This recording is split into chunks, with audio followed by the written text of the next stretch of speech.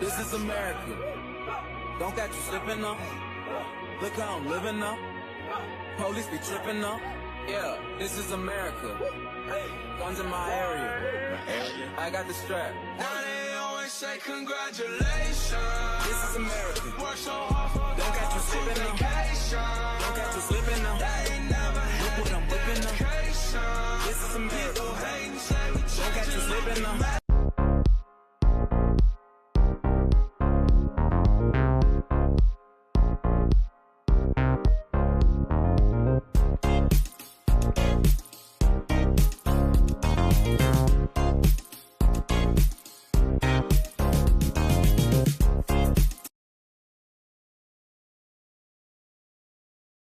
This is Skid Row in Los Angeles, the largest population of homeless people in the United States. I recently made a video about homelessness where I said the problem is largely driven by the disparity between income and cost of living. I got so many comments like this one saying the problem is drug use. And while addiction is one of many factors contributing to homelessness, I feel compelled to respond with some facts. These are the cities with the highest rate of homelessness.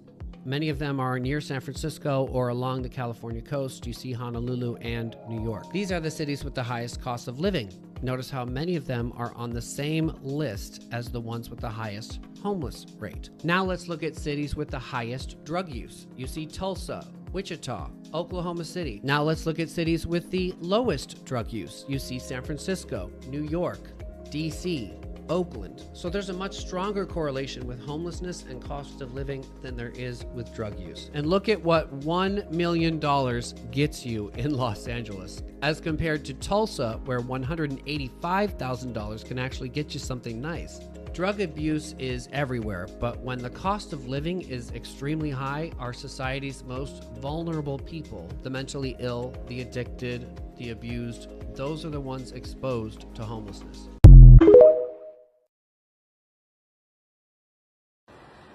You know, if I didn't do what I do, I would believe this is AI generated. It's just almost impossible to believe that humans would allow people to live this way. I am in the middle of by far the largest homeless encampment in the state of Washington, and it is just shocking. I'm speechless. The homeless say very rarely do people come out here and actually help, and they've just kind of created their own large city.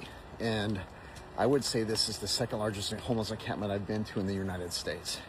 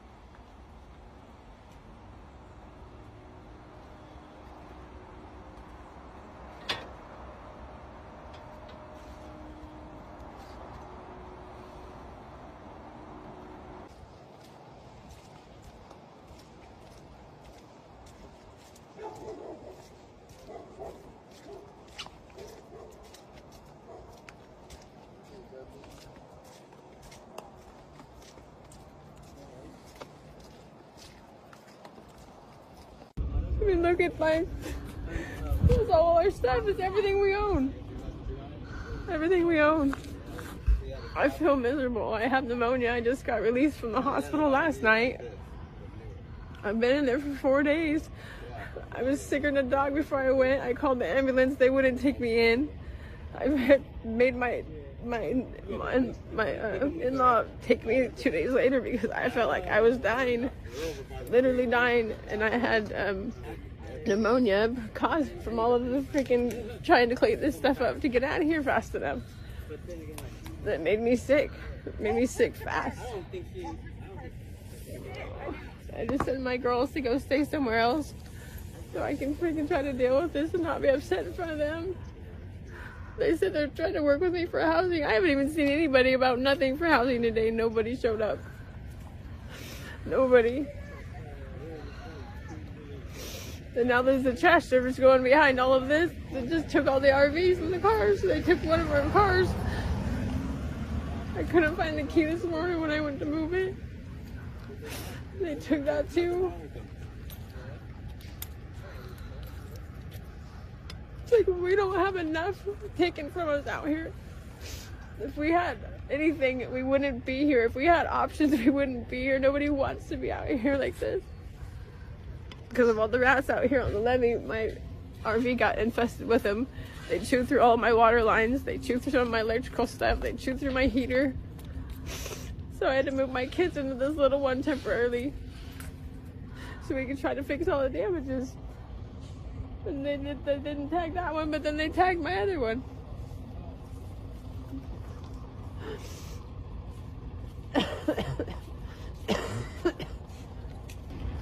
I need to go lay down. I'm so sick. So sick. I've been out here all night trying to gather what I can so they won't take everything. Now to explain to my girls that everything's gone again.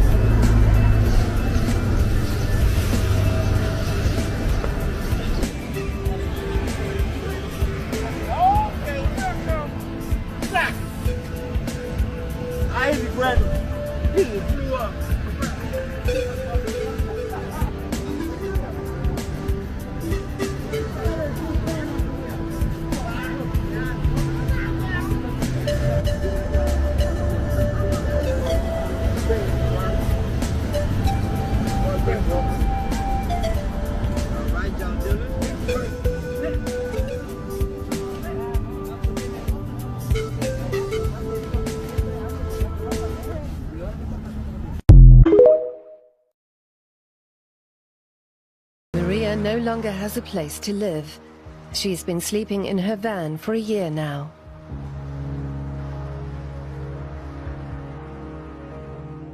Looks pretty nice. You don't see, it doesn't seem that you live here, but you do. I have seen people with their cars so messy and things all over the place, and how can I go to work with my life like that? I mean, it has to have a little order, you know, because it's what we need to continue. It's not that perfect, but it's the way I want, and makes me feel better.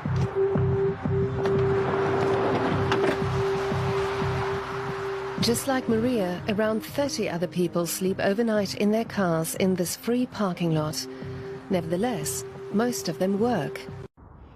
Hey everybody, my name is Tyler, and because of the out-of-control inflation that we're having in our country right now and rent prices being over $1,500 a month, I have been outpriced at the rental market, and I live here in my car full-time, and I wanted to give you a brief tour. So starting with the bed here, it is a 3-inch memory foam mattress topper. Super comfortable. I have about 4 layers of blankets, which keeps me warm, especially right now we've got 20-degree weather at night, so it's pretty cold. Moving over here, I have my cooler. I've had a few people tell me I'm not supposed to have this cooler because I live in my car, but it actually was a birthday gift last year for my 30th birthday, and I just can't part with it. I absolutely love it. Keeps all my food cold and fresh for days. I absolutely just adore this cooler, so I'm not gonna get rid of it. And in the back there, you can see I have 2 really comfortable pillows. I'm about 5. This is a day in the life of a 25-year-old who lives in a car with his wife. We both had work today, so we got up and started our morning routine by taking our window covers down, moving all of our bags around, and brushing our teeth. I dropped Kayla off at work and then I drove to my job. We both had the same hours today, so I picked up Kayla from work for our lunch break, and we first stopped at a gas station to heat up some leftovers. Then we went to the post office so that I could pick up a package from our P.O. box. I ordered a chest of head mounts so that I could get cool POV shots like this. We then went to find a spot so that we could sit and eat our lunch together. After eating, Kayla dropped me off at my job since it was closer. We both got off at 7 p.m. tonight, so Kayla picked me up and we headed to Walmart to get some things for dinner. We decided we wanted some steak, grilled onions, and potatoes. We got to the park and started to unpack everything to begin cooking. One of the things that I missed and definitely took for granted in our apartment was obviously the convenience of cooking and everything else, but it's the ability to get home from work and just sit on our couch for a bit just to relax. We're constantly on the move for every single task that we have for the day,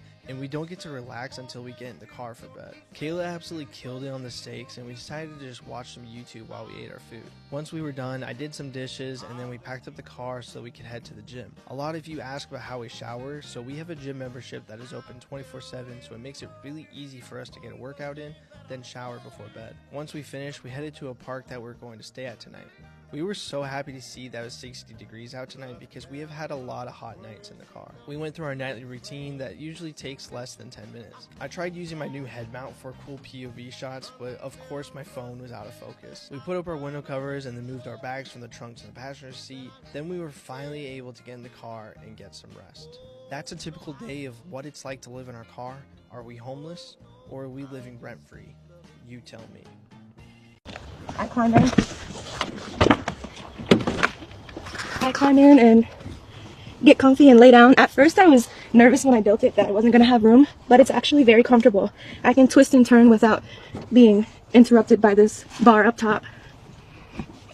At night when I close the door, I put my pillows on the side and it almost insulates the vehicle more, and it also creates more of like a comfy environment. When it snowed, I laid like this and I had my blanket over me, and it was very calm and serene. When it was cold in here, I had the reflectix up, and that would help a lot with the coldness coming through the doors. In the summertime, it's been getting a little hot, and I use this USB fan, which is very helpful. I just plug it into any USB power source or even my car and let it run to get some airflow, because I don't have a max air fan in the small car. And then I also can peek the windows open and use this mesh that I have and put it over the windows. During the night, I put my cat's water bowl and dish up here, and I move my toilet right in the middle. Living with IBS is no joke, and when you have to go, you need to have that emergency source so that you don't have any accidents. You're probably wondering how this works. How do I sit on my toilet inside such a small vehicle? Well, I make do with what I can, and I'll show you how.